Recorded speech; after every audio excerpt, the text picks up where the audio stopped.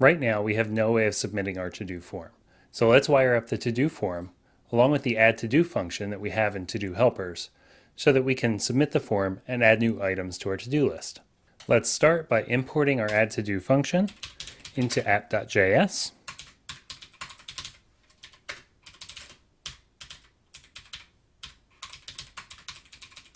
And now I'm going to drop down just below the constructor, and I'm going to add a method called handleSubmit, and I'll leave that method empty for right this second. I'm going to scroll down to the render method, and I'm going to find my to-do form tag, and I'm going to give it a handleSubmit property, and I'm going to pass in this handleSubmit. And now that I'm passing that in, I'm going to open up todoform.js, and in my form tag, I'm going to give this an onSubmit handler. And onSubmit here is going to use props.handleSubmit. And since I'm passing in another prop, I can come down here and update prop types. Since my new property is also a function, I can just duplicate handleInputChange and change that to handleSubmit. And make sure I add the comma there. And now we can jump back to app.js. And we can populate handleSubmit. HandleSubmit is going to accept an event object as its first argument. I'm going to use that to call event.preventDefault. And this is going to prevent the form from trying to submit through a get, which would refresh the page.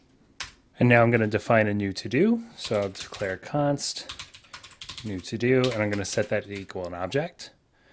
The name for this new to-do is going to be based on this.state.currentToDo.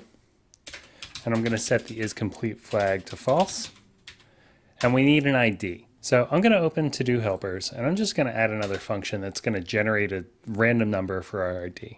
So I'll export const generate ID, and I'm going to set that to equal an arrow function, and we'll just paste in some random number generation there.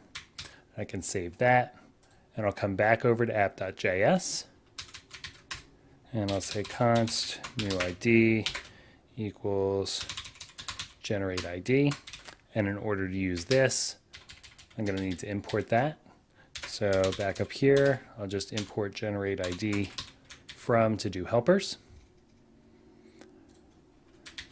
And now in my new to-do definition, I can pass it an ID with that new ID value. So now that I've defined this new to-do, I want to add it to the list of existing to-dos, which lives in state.todos. So I'll define a constant, we'll call it updated to-dos, and I'm going to set that to equal a call to add to-do, which we've imported from our helpers. And we need to pass it the list of existing to-dos. So we'll say this.state.todos, and our new to-do, which we just defined. And now we'll use our updated to-dos to update our application state. So we'll call this.setState. We'll pass it an object, and we'll pass it the to-dos key with a value of updated to-dos. And let's also clear out the input in our form. And we'll do that by setting current to-do to an empty string. Now, in order to make sure our call to this.setState and this.state work, we need to bind this handleSubmit method in our constructor, just like we did with handleInputChange. So I'm going to call this.handleSubmit. I'm going to set it to equal this.handleSubmit.bind this. We'll save it. And after the browser reloads, I'm going to come over here and I'm going to test out my form.